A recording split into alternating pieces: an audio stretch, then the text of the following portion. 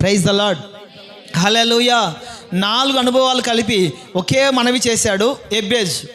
ఈ ఎబ్బేజు మనవిని దేవుడు అంగీకరించాడో లేదో ఒకసారి మనం చూస్తే 9వ వచనం, అక్కడే 9వ వచనం.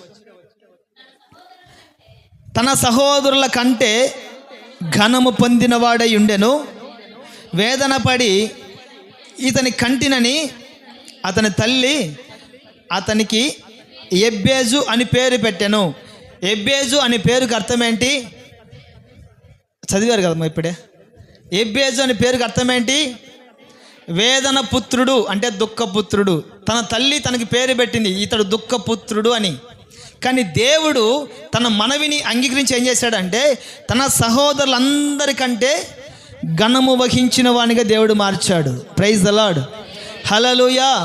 ఎబ్బేజు మనవిని దేవుడు అంగీకరించి ఏం చేశాడు అంటే తన సహోదరులందరికంటే కూడా దేవుడు అతన్ని హెచ్చించాడు. అక్కడ 4 అనుభవాలతో ప్రార్థన చేశాడు. 4 అనుభవాలతో ఎబ్బేజు మనవి చేశాడు. ఈ 4 అనుభవాలు కాదు, కానీ ఈ 4 అనుభవాలలో ఒక అనుభవాన్ని నేను మీతో చెప్పబోతున్నాను. దేవుడు మన మనవిని అంగీకరించినప్పుడు మన జీవితంలో దేవుడు చేసే కార్యం ఏంటంటే దేవుడు తన చెయ్యిని మనకు తోడుగా ఉంచుతాడు. దేవుడు తన చెయ్యిని మనకు తోడుగా ఉంచుతాడు. ఎప్పుడు?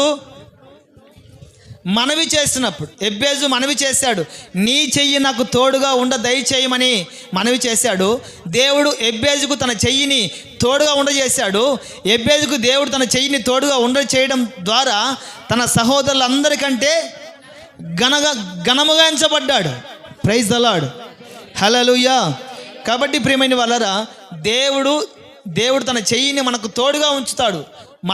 మనము మనవి చేసినప్పుడు. ఎబ్బేజు మనవి చేశాడు, దేవుడు తన హస్తాన్ని ఎబ్బేజుకు తోడుగా ఉంచాడు.